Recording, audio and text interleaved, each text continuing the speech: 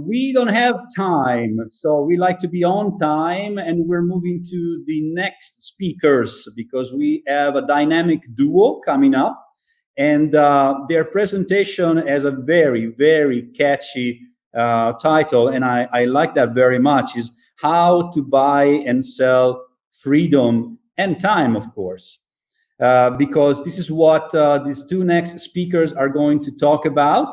And as I said, it's a very interesting duo coming up. They were part of our first season last year, and therefore it's with a great pleasure that we are welcoming them to be back with us once again.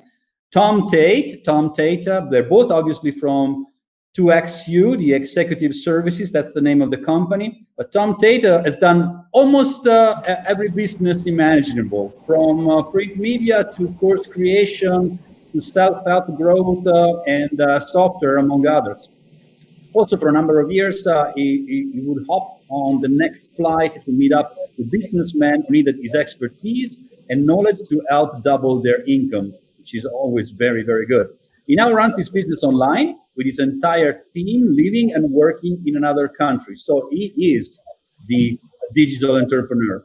He has mastered the art of hiring and managing a loyal, affordable, hardworking virtual assistant who takes care of almost everything in his business. Next to him, we will find another nice comeback and also colleague MC for the next sessions to come, Leanne Lacaba, also known probably to many of you as Virtual Ate. For those of you who are not Filipinos, Ate is the big sister, the female of responsibility in the house that everybody's looking up to. So Leanne has been working from home since 2011 and worked as a book editor at a US published company at 18. So she started very early. But listen, she became a CEO at 20 and partner up with her boss to start up 2XU at 22. She also has the coaching brand, the Virtual Ate, where she trains people on how to work from home. She's an international speaker, a content creation monster. This is how she self-described, who has a blog, a YouTube channel, and an upcoming podcast. Her ultimate goal is to create a business in New York where she can create jobs for Filipinos who can work from home with their families. So they both have big dreams. They are with us. So welcome, guys. We are all ears to hear how you can buy and sell freedom. You are free. Awesome. So, when are we on? All right. So, what is the value of time? What is the value of your time? Who here wants to make more money in less time? Make sure to type yes or no in the chat. We would really like to know if you actually want to make more money in less time. We're going to try to keep this presentation very short and actionable. So we're going to have plenty of time for questions at the end. And we want to make sure that by the end, you know very specific steps that you can take so that it'll be profitable for you by tomorrow. And this is true whether you're a business owner or a business employee. So we encourage you to take notes, ask questions, and share it on social media and tag us. You can use the official Freedom Summit Global hashtag FSG 2020. And now, as we dive into, you guys probably want to get to know us a little bit better, because why are you guys getting two speakers instead of just the one, right? Why is there two people here? So my name is Leanne Lacaba. I am from the Philippines. I started working online when I was 15 years old as a writer. I was really young, and then got hired by this guy beside me at 18 years old as a book editor. And then I became CEO of his publishing company at 20. And then since then, we've started another company called 2XU. I've become an international public speaker, as you guys can see from my photo there. I'm also known as the Virtual Ate, where I coach Filipinos how to work from home. And by the way, we're not a couple. I know you guys are thinking that because I'm Filipino and he's an American. All right, my name is Tom Tate, and I have been building businesses and starting businesses since I was 12 years old. I've invented aircraft. I've sold ebooks online. I've sold whole aircraft online. I've done so many different businesses, I lose track. But I worked a lot online with a lot of online employees from the States, and then I ended up hiring a lot in the Philippines. And then I ended up coming here to the Philippines, and now I have multiple businesses with Leanne and with my son Garrick and with some other people. And click. So right now we have a really awesome team who works entirely remotely, even though I am here in the Philippines. But like I said, the systems were developed when I was in the States. And Leanne has actually taken those systems that I had originally developed and massively improved them and developed them far beyond what I had originally created. And so right now during COVID, everybody's like, oh no, and nobody can work. It had no effect on us. All of our companies grew and our free time was fine. Even though nobody could come to the office, even the once a week, which they would normally come to the office. So time equals money. Everybody knows that, right? Well, it's not that simple. Let's say you have a cavity, right? If you're in the US, getting one cavity filled will cost you around $300. Well, if you're in the Philippines, having one tooth fixed will cost you around $10. So on average, actually, if you're an employee in the Philippines, you can work less hours to pay for fixing one tooth than if you're actually in the United States. And you might think, well, okay, well, then the US dentist is much richer. Well, the US and Canada are pretty comparable. And my dentist here in the Philippines used to work in Canada, but she actually came to the Philippines because she actually has a higher standard of living from being a dentist than she did in Canada. And I can also tell you that the dentistry here, the actual techniques and the chemistry and the processes and equipment is better than in the States or in Canada. So people underestimate the differences in different economies, how different, how governments affect the prices of things and income and stuff. And so it's not as simple as it seems. The good news is that when you're working online, you are not stuck in Canada or the US or even the Philippines, because when you're working online or you have a business online, the playing field changes. You can earn money in one economy, for example, the US, and then spend it in the other, or here in the Philippines. Or if you are an employer, you can hire an employee in one economy, Philippines, and then have profit in the other. So the COVID pandemic has actually just created more opportunity for something called business arbitrage. So if you ever heard of what the word arbitrage means, it's basically any time that there is a difference in value of something between different markets, and there's an opportunity to make money from it. For example, what is the value of water? Well, it depends on where you're at. If you're next to a really clean stream and you can drink from it and somebody offers you a bottle of water, it's basically worthless. If you're in a desert, it's worth, your life. It can be worth anything. And so arbitrage is anytime when you take advantage of moving something from where it's not valuable to where it's valuable. Actually, another tiny example of this is that they used to drag icebergs from the north down to warm areas and then sell ice to people who had never had it before. And for a while, there were the iceberg barons who became super rich doing this. Now, when you're working online, you can live in a cheap, inexpensive place, and then you can get your profits or your money from an expensive place. So it seems like, woohoo, we've got to solve. It's a magic button. Well, it's not actually a magic button, because with any kind of arbitrage, competition always follows. Your time is worth a lot more when you're working online, but when you start sending out job applications, you're actually competing against everybody else who's also living in cheaper, poorer countries. Not always poor, just cheaper. But don't worry, because there's two tiny factors that can help you to rise above all of the competition instantly. So how do you compete with millions of people who are in poorer countries and instantly rise to the top to be the most valuable person? Easy. You raise your value. I say that easy, but you become more valuable to your boss or your customers and your clients when you invest in yourself. And becoming more valuable is a lot easier than you think. That's why I said it was easy earlier. But before you can build your value, you have to know your current value, right? So what do you think is your current value? We are not asking what you think you can charge. We're not asking, what you can give, what you can ask from a boss or a client right now. We are asking how much value can you give when you are working online? Now, think about that number, whatever number that is. How much is your value when you're working, when you are serving a person, or when you're helping someone else? Write it down or chat it if you're brave enough to share with others what that value is. Now, how do you know if that number is accurate? What are the other people charging for your same service?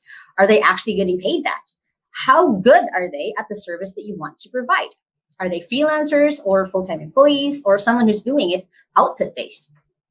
Here is where arbitrage gets really fun. Every employer makes money from their employees' work. Otherwise, they won't be able to pay their employees. But there are two magic ingredients that every employer desperately needs that they will pay through the nose for. And the good news is that it takes all of 5 minutes to put both of these ingredients to work so you can leap ahead of any possible competition. The first one is trust. Trust is the greatest multiplier in the world because especially online, it's even a bigger multiplier. And I know because I've helped people who needed to get online employees who were used to having employees in an office, and fear because they can't see you is the number one fear. It's always been fear of whether or not they can trust their employees. So when you show trust, you instantly become massively more valuable. And we've helped a lot of employers and employees build trust. We teach a lot of business owners and employees how to be good bosses, how not to be a jerk 101, and employees, and building trust and loyalty is always key. A boss that trusts their employees will give them raises and keep them forever. And as a boss, when you trust your employees, of course, they're going to want to take care of you and your business. And it saves you so much time and effort when you don't have to worry about what they're doing every minute. When you trust your boss, when you're the employee trusting your boss, then you automatically try to take care of your boss, right? You want them to make more money and have their business grow because you then benefit from it. That's where you can have genius ideas in the shower for helping them grow their business. So what's the second greatest multiplier? It's initiative. Now, I used to hire a lot of people online when I was in the States, and I was hiring a graphic artist. And so I would have graphic artists make a sample of a book cover for me, and then I would judge the book cover. And I would pay for that test because if I wanted to use the book cover, I would actually use it on one of the books we were publishing. And I had one graphic artist who took the title that I gave him, he made a cover, and then he took 2 other titles that were similar and related, and he made book covers for those as well. And so he gave me all 3 in his test. He took initiative and went a little bit beyond. He was not the best graphic artist. There was another one who was definitely better, and there was another one who was probably a little bit better. So I may say he was number 3 at that time. He's the guy who I hired instantly. And that totally paid off because over years, he grew the publishing company. This is before Leanne, a lot, though. He grew it a lot because of that same initiative. And in fact, that initiative ended up growing him to where now he owns his own businesses. And he and I are still friends, and we consult with each other and stuff like that. But that initiative was so valuable to me that it was above skills. It was above anything else. He was the guy who I hired, and it paid off for me big time and for him. And I was able to give him benefit and teachings as well. So how do you show initiative and how do you build trust? Well, initiative is really easy, and you should start before you're even hired. 1, you can research the company that you're applying with. If you drop even 1 or 2 little pieces of information about the company in the interview, you will leap ahead of all the other interviewees. 2, you can research the interviewer themselves if you know who they are. And when you're working for like a small business owner, this is really easy on social media. And if you know anything about them personally, they'll be blown away. And again, you'll leap ahead. You can do 3, you can do more than you're asked for. In my example with my graphic artist, I only asked for 1 cover. He just made 3. And he also often gave ideas on, would this be profitable and stuff. So he just did a little bit more. And 4, you can just always look at the website of your employers or your potential employers and then make a guess about what would help their business.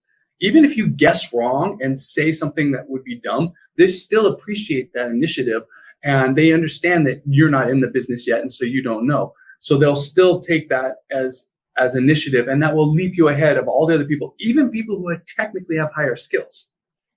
Another way that you can show initiative is what I call, and I love this term, niche hacking. So what is niche hacking? It's basically when you break down someone's businesses to see what are the actual steps that need to be done to be able to produce their product or their service. And then you want to look at where does your skill or your specific talent play into that. So there's a lot of different examples, but one that I've picked for today is basically on creating YouTube videos. So let's say you want to work for a vlogger, you want to work for a YouTuber. There's a lot of specific things that you don't know goes behind the scenes to creating a YouTube video. So one is research possible video topics. Of course, we can't put out a video that no one wants to see. Next is then we want to plan out the video outline. What will this look like? What will I say next? What are the different points that I need to make sure that I follow? Next is film the video. Once I have my outline that I'm talking to myself on a camera for about 20 minutes, and then it's editing the video, it's adding the effects in the video, making it pretty. It's researching keywords and the right tags and possible title. That way the video is actually searchable and can be found on YouTube. Writing up the description to make sure that it matches the keywords. It matches what you're going to be talking about in the video so people want to keep watching. You then upload the video, and that's a monstrosity altogether because it's a lot of work to upload a video. Promoting it in social media, and of course, collaborating with other people, like engaging with other videos and making sure that you are seen by other people. So out of all of this list, out of this 10, where does your skill play into that? If you're someone who wants to be an editor, a video editor, then you can easily right there. Or if you're someone who is really good at social media, then you know how to position them to make sure that they get more and more viewers for each video. So that's another way that you can possibly see. You're basically kind of reverse engineering what their business does so you can see where you can play out, where you can go with it. So what does niche hacking have to do when you want to show initiative? So you want to pick a niche or industry before you even apply for a job, because it's easier for you to narrow down who you want to work for. It's easier for you to say, I'm only going to work with female coaches, as one of my friends is. So she knows that this is the niche that she can play with, that she can know and learn and actually know what their recipe is of what needs to be done for them. So then it's easier for you to brainstorm 2 to 3 ideas of how you can help them. If you're applying specifically for a specific niche, it's easier for you to find these clients and tell them like, hey, I've seen this other work for other people, which brings me to the third one. Look at their competition and see where they can improve. See what might be missing from their business, what they could do better, what's the new thing that they can do. And don't worry about sounding stupid. If you're going to give a really bad idea, then they see still that you're someone who wants to give ideas, who wants to help. If you give an idea that they thought before, but they didn't have anyone else to do it, then they're going to like, oh, this person knows what I need. So it really makes a really good impression when you're able to do that with your possible employers. So trust is slower to build, but it's actually even more valuable. So how do you build trust before you've ever even been hired? Well, number one is always be on time. Like always be on time, no matter what. If you're going to a physical meeting, show up an hour early, or if you have traffic and then wait at a coffee shop. If you're doing an online meeting, check everything, set up your computer, make sure your internet's running, and always be on time. Next is be honest, even when it's embarrassing. I know this is one of the things that as Filipinos we struggle at, but if you don't know something, so for example, you don't know something, you don't know a new software, something that your boss wants you to learn, you can say, I actually don't know how to do it, but I will learn. Do you mind if I research this and I'll get back to you tomorrow? And then actually go research it and give them a report the next day. Believe me, this will impress the heck out of them because you're someone who's willing to try. You're someone who's willing to get into it and not be shy if you don't know something. You're actually going to speak out. Another way for that is, let's say you have intermittent internet. It happens here in the Philippines, especially when there's a storm coming and our internet goes really bad. Well, tell your employer before your internet goes out, because then they can know like, oh, okay, I know that I know that this person is probably not going to be online because their internet's bad, rather than you kind of ghosting them just because you didn't have internet. So it's better to tell them ahead that, oh, I might not have good internet today, but tomorrow I'll try with my mobile. I have different backups, or I'll go to a coffee shop or a co-working space to be able to get internet. So tell them ahead, being honest already of what's coming, of what you know is coming, is something that will really like, oh, I know that I can trust this person. Another one is learn to say no. This is another one that's a bit weird with the honesty thing, where we're afraid to say no because they might like, oh, okay, I don't need you anymore. Right? You can't work for me anymore. But chances are, when you say no, when you create boundaries, then your boss knows that, okay, this person, if it's something is hurting them, if I am overdoing, if I'm giving them too many tasks, they will actually say no. Because for a lot of employers, that's important because they want to make sure that their employees are safe. They want to make sure that the things get done. So they want to make sure that the person themselves are good, are healthy, and again, are able to say no. Okay, so we've been talking to online employees, and now I want to switch and talk a little bit to online bosses. You know how valuable it is when you can trust an employee, and you know that having them trust you is part of what creates that trust, and you know how valuable initiative is. So I want to give you guys just one tip. I mean, we do hold big trainings on this, and a lot of our company does this, so there's a lot more than this, but this is one tip that will help you instantly develop better rapport with your employees and will have them trusting you and taking more initiative. And it boils down to really simply money, but it's for example, when I would have those graphics tests, when people would make a cover, I would pay a few pesos for that. It was really cheap. It cost me like $1 or $2. I mean, it was very little. And I would pay instantly for the test. So before they were even hired, they had received a little bit of money from me. And why is this important? Well, what's their biggest fear? Okay, their fear is that they'll do the work and somebody who's far away, halfway around the world, will not pay them. And that happens a lot, actually. And it's not that even the bosses are bad people who do that. It's that out of sight, out of mind, and they don't connect that it's a real person. So the employee does the work and then they starve. So that's a major real fear. Even if you give them just tiny money, then, they know that they don't have to be afraid. And then each time, like at first you pay them like weekly, and then gradually you can morph. And I used to always morph over to paying everybody monthly when I was online, but it was like paying the week, paying 2 weeks. And so money up front, always on time and always consistent. And another way you can build initiative, the second one is the same thing, just small amounts of money. Just when you say, thank you for doing that, okay, they feel that and that's good. But even if you send a few pesos, and you can put it to somebody, here's so you can go out to dinner tonight. Here's something, I really appreciate that. And you give just a tiny bit of money, then that, okay, it's kind of like Pavlov's dog, you get the goodie and then you drool. It's like, okay, they get the goodie, and it helps them to overcome the fear of taking initiative, which is, I got into yours a little bit. So now it's Leanne's part. So next is, how do you actually foster initiative? How do you grow initiative with your employees or the people that you work with? And you do it in two main ways. The first one, which Tom discovered, which is trust. The main reason that a lot of employees don't take initiative is actually fear of losing their job, fear of being shouted at because they did something different. So if you want your employees to take initiative, you have to make sure that they feel safe to do so. That if they take initiative, and even if they mess up, you have to make sure that they know that you are going to be happy that they took initiative in the first place. And then you keep it separate from the mess up. You have to be very clear. You separate the person from the action. You're happy that they did this, but they could do this a little bit better. Another one, which Tom just talked about also, is just rewarding it.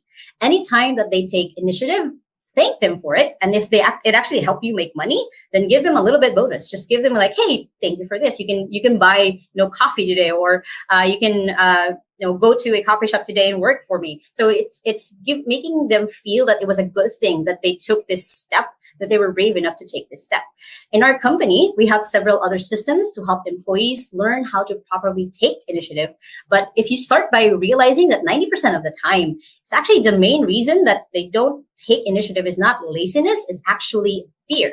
So you foster that initiative and give space for mess ups, and then you'll find that they'll keep finding shortcuts or better ways to help you in your business. Now, we've helped a lot of business owners get and manage employees properly. The two most valuable traits for the profit of business owners has always been trust and initiative. As an employee, if you focus on these two things, you will never have to worry about getting not paid for work or being underpaid ever again. And as an employer, if you can master getting employees you can trust and who can take initiative with your business, then your business will grow just automatically. So the name of this training is How to Buy and Sell Freedom. And all we've talked about is trust and initiative and money. So where's the buying and selling the freedom? Okay, as an employer, obviously, when you can trust your employees, you now have the freedom to walk away. And if your employees take initiative, they learn more, they grow into your business, and that automatically gives you massive freedom. And so having employees that are loyal and that have initiative is completely different than having freelancers or even highly skilled employees. And this does give you freedom. So you're actually buying freedom. Now, as an employee, you're like, okay, I'm selling my time. This training doesn't buy me any freedom. That's not true, because when you're an employee, you are basically when you've shown initiative and when you've built up trust, you're never going to get fired. Like, you're going to be loved forever. So that gives you freedom, because you can say, hey, can I take this day off? And your boss will be like, sure, you can take that day off. And you'll also get raises, which will allow you to make more money. And over time, you'll also start to have a larger network from your boss, because you'll be introduced to more people. So more money will give you more freedom, and actual working freedom with your boss will happen. And I can give examples. A lot of people in the companies can do whatever they want. And in fact, the reason why certain divisions have grown and why all 2XU exists is because Leanne wanted to do it, because she's grown with me. And I'm like, okay, sure, you want to start a new company? I'll just help with that company. And that's the ultimate freedom, actually even directing the company. So we train employers and employees how to be more beneficial to each other a lot of the time. So if you're an employer, you will get a lot of great ideas out of our for Freedom Summit attendees. You have PDF of 100 things to outsource. These are things that you can give to your employees, or this is something that if you have no idea right now what to outsource or what to give or delegate to other people, this has a really good list.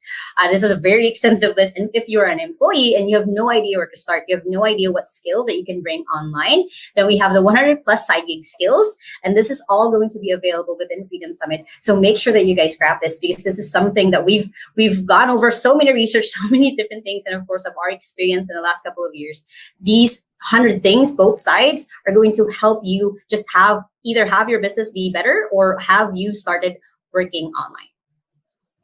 So in just a few minutes, we wanted to keep this very short and very actionable. So we kept it down as short as we could, and have two very specific things that you can do, which will raise you above the competition and which will help you when you have employees.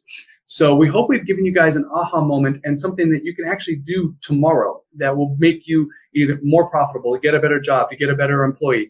And so we hope you guys have had the aha moment that these two soft skills are far more valuable than all the hard skills, and that when you properly measure that, you'll be able to grow your business and you'll be able to get more work.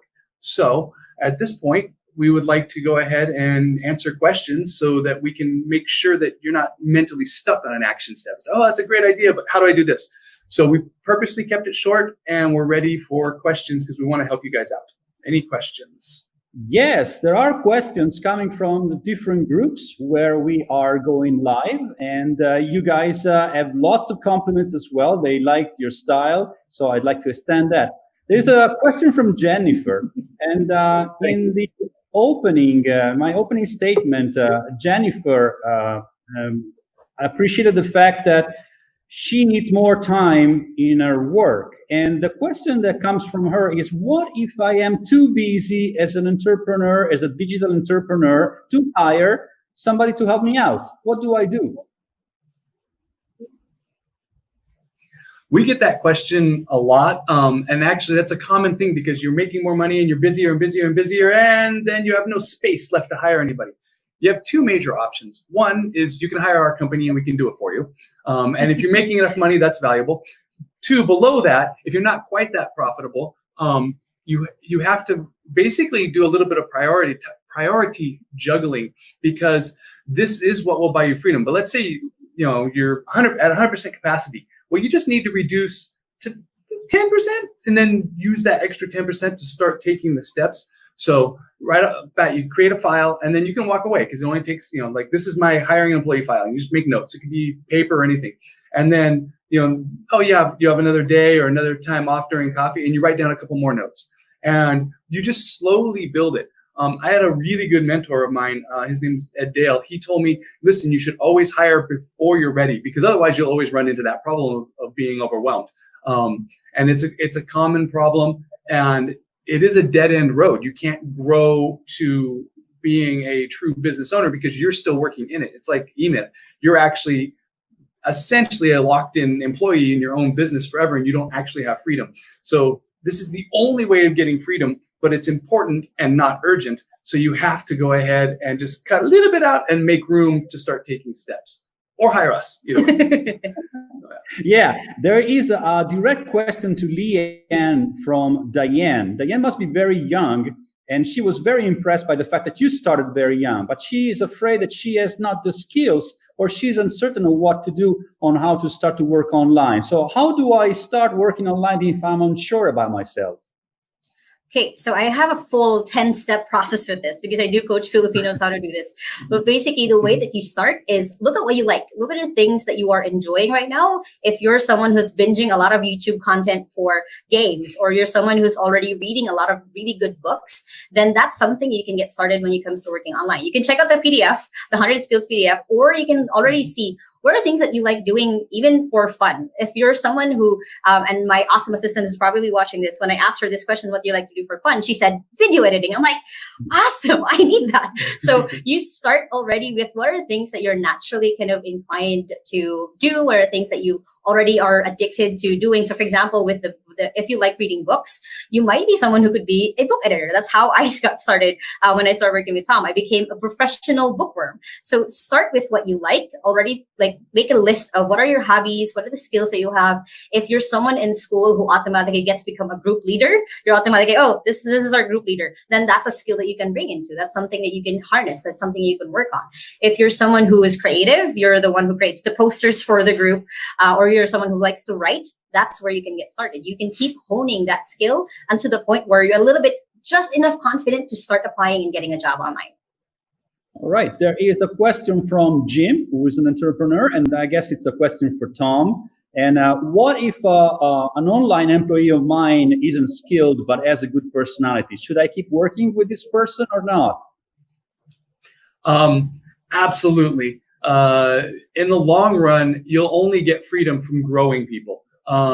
So you should completely focus on growing and keeping that person. We have within our company, what we try to have everybody is studying, and they're paid to study for about 10 out of the 40 hours that a person would normally work per week. And they're always growing and always studying. And in my example with the graphic artist who I hired, he ended up running and growing the company, and he didn't have those skills to start with. Leanne started as a book editor and now runs multiple companies. It's always about growing the people who take initiative, who you can trust. So absolutely give the people time, work with them slow. You find one or two things that have a positive ROI, and then you know that they're profitable enough, and then you grow them on everything else. And you be very patient with growth. It took, we go to school for years and years and years to learn simple skills. So let them have time to learn and let them iterate and keep trying and learning and trying and learning, and they'll grow, and then they'll grow your business automatically. So yeah, those are definitely people to keep. Yeah. All right. Christina has a small digital company, and she really appreciated your talk about trust, but she would like to get more into detail. How can you assess the knowledge of somebody from a distance? Because we are so used as human beings to meet people and to see them and to realize what's going on in their lives. And what if you never meet in person an employee? How do you assess the knowledge, and therefore how do you build trust? Either one of us can do that? You can do it. Okay, so in our company, what we've done is we've developed a whole bunch of tests to start with. And like I mentioned, the graphic artist test, well, we have English tests, we have skills tests, software tests, we have tons of tests. And depending upon the position, we actually have them take a test. Now, if the test it takes a lot of time and work, we pay a tiny bit for that test, which then, of course, as I said earlier in the training, helps to start building loyalty and building a good attitude. But we definitely have tests. So that's one thing. The other thing is we have a lot of communication at first. Like over time, you don't have to manage your people very much, and they take care of things. But at first, you spend the time to have a touch with them every day, ask them how they're doing, stuff like that. So that's how you develop the personal side of the trust, is just touches or digital touches and asking them how they're doing. And in some Western countries like the United States, you're not supposed to ask somebody about their family if they're an employee. I think it's even illegal. And here in the Philippines, if you don't ask somebody about their family, you're kind of a dick. So it's a completely different culture. So you really want to do that for the personal side. You want to ask those questions. How's your family? And get to know them, and that will build the trust. The Philippines is very tribally cultured, and they have very big families, and they want to get to know the boss. They want to become friends with them, and you want to do that too, because then you can build the personal trust. And the technical trust, since you've never met them, tests. You can make tests for anything. You can design your own tests. You can get them online. We've spent a lot of time building tons of tests, and basically, no matter what they have on the resume or anything else, we always give them tests. And a lot of times we'll meet somebody who has a really, really good attitude, and we find out they're really smart, but they'll fail at one of the tests. We're like, okay, we'll just figure out if we can put them into our training programs and train them up for that. Okay, there's another very interesting question from Andrew. Andrew is an online consultant, and his client base is growing very rapidly, but he always worked by himself. So as a boss now, is his first step to hire somebody else, and he has trust issues. He has the problem of leaving some part of the levers to other people. So you, Tom, went through this phase, I guess, in many options, and probably Leanne from the other side. How do you beat that fear of letting go? Well, either one. I've done two, so you can. We both can. Okay, so for that one, if you're because the fear is very understandable, and you have to also understand that on the other side, the employee is also scared because it just it's all virtual. You're both kind of giving up a little bit of your control when it comes to working online or having a job at all. So to make sure that give them a little bit of a task. So it could be as easy as probably not as big as your LinkedIn profile, but maybe as little as connecting with someone on LinkedIn, like doing a very routine task, a very already systematized task for you that you don't have to think about. You just know that one look at it, like, oh, you did this wrong. Or you don't have to really deep dive. Give them something small, then you can start already assessing, like, okay, I can give this then to them, I can give this to them. One easy way that we teach a lot of people is look at your 80-20, look at the 20% of the work that only you can do and give the 80%, the rest of it, systematize it and give it to someone else. So the way that you can do that is, again, see what are different parts of your business that's a little bit more rigid in a way, a little bit more easier to give to someone else. And then that's something that they can get started on because it's probably minimal mistakes, such as giving out a very templated email or replying to a very templated way. So give them something small because it can get very addictive, to be honest, of when you actually start trusting your person. It gets very addictive, like, oh, I can give them this, like, oh, I can trust her with that. So it's a process, but you start with something small. What is something that's systematized? What's something that you have maybe a video recorded already of how to do this, and then give that to them for them to study. And then you'll see how awesome they are, how willing they are to help you with their business. And since Leanne talked about the soft side, I'll talk about the technical side a little tiny bit. There is screen capture software that will take randomized pictures of their screen that they can control. So, it doesn't do anything private. And in fact, if a randomized picture happens when, a pop-up comes from like their mate or something they don't want, they can delete that and it deletes the time. So you can see what they're doing and then you can go in and check with them. So also we have people do like a daily report and they put details in that daily report. So I can actually see what they're doing and see what they're thinking. And in our daily reports, we have them standardized to where there's certain questions in there, like what challenges did you have? What new ideas for the business? There's different factors which will help build that trust a lot. So the software and the daily reports are systematized ways of building that connection even better. All right. I guess this is a direct question for Leanne, because Kimberly, who is starting to follow you as virtual Tate, would say can you sum it up, the 3 top advice that you can give about working home? Because she's moving from the corporate ladder back to home. So she has to start a whole new world, and she has kids as well. So she's a bit concerned about it. What advice can you give to her? Well, one is you're not ever really starting from scratch. Even if you're a student or someone from the corporate world, you're never actually starting from scratch. You already have skills that you've learned. You already have things that you know that you are probably an expert in that you can transform into working online. So that's the first thing that you need to realize is you're never actually really starting from scratch. One of the things that I have my students and clients do when they're shifting, when they're doing that shift, is actually create like a whole list of the things that you were able to do in school or at work. What are the things, like, for example, you are an HR manager. That is a skill that you can do online. It doesn't have to be that you have to really start from whatever is quote unquote popular, because a lot of the time, the skill that you have working in a physical office, it's easily transportable into a digital office. So keep that in mind. You're never really starting from scratch. 2 is practice, and practice a lot, or study. That's the same way, practice or study. So look at other mentors, find mentors on YouTube or on LinkedIn. You can follow different people and see what works or who's successful in that space that you want to go into. So study a lot and practice a lot. So if you are creative, then start writing a lot of articles, start making a lot of different graphics. Just experiment and see what works for you, because another way that you can know if working online is for you is actually seeing what's out there and seeing what's possible. And the third thing is just start. Start applying for a job. Don't be scared of taking that next step. I've trained so many people who have never had an experience before, and then I send them, here's a template that you can send. Here's like 3 people that you can send this to, and then they can easily get jobs that way. So just start. Don't wait until you're ready, because you're never going to be ready. You're going to keep probably buying another new laptop because you need this. You really, really need this before you start working. Or you're probably going to think, no, I need to get this certification before I get started.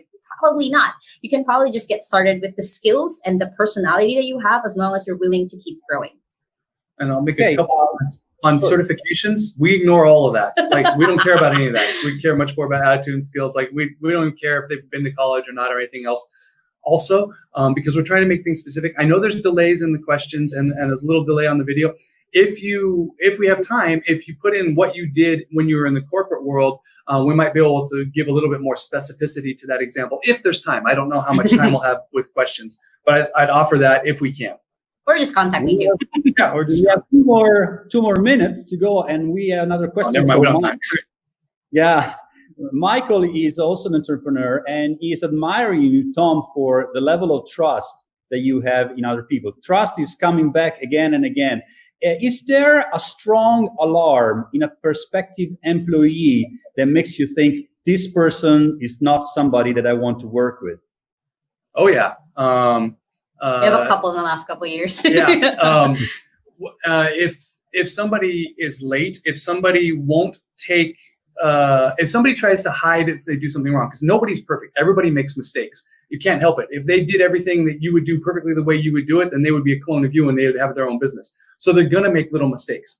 If they won't own up to those mistakes, then you can't trust them. Now, realize, though, the main reason they won't own up is because of fear. So if you're able to be calm and make sure that they know they're not going to get in trouble. So you have to create the right environment. But once you create that environment, if they don't own up to mistakes, then that's a red flag. And in interviewing people, there's a bunch of red flags, like do they complain about previous employers?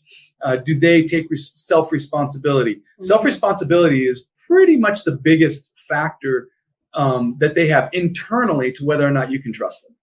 The other one is another really big one that I found over and over again that really works is you ask them if they have a goal, even though it's a really tiny goal, even if it's just literally losing weight or being able to run 5 miles. It could be a tiny goal, but if a person that you are interviewing, they say that they have a goal, they say that they have a plan, it makes, at least for me, it makes me trust that I can help grow this person because they actually want to go somewhere. They're not going to be someone who's going to be a zombie in our business. They're someone who's going to think because they know that they're headed towards something, that they know that they're going to be so much more. So having someone, that's one of the interview questions that I like to ask, is having someone lay out, like, this is my goal. It's tiny right now, but this is something I really want in my life. And they could give like reasons, like, this is why, I went through this very sad thing in my life and I wanted it to change forever.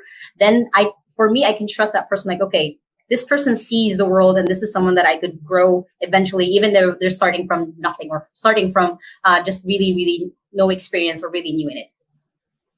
Okay, thank you very much, guys, Tom and Leanne. We have many more questions for you, but maybe you want to remind again to our audience where they can reach you. Okay, so for me and Tom, we're basically on Facebook, although his assistant replies to all chats. So just keep that in mind. And then for me, for both of us, we have the same email address, just leanne@2xu.com.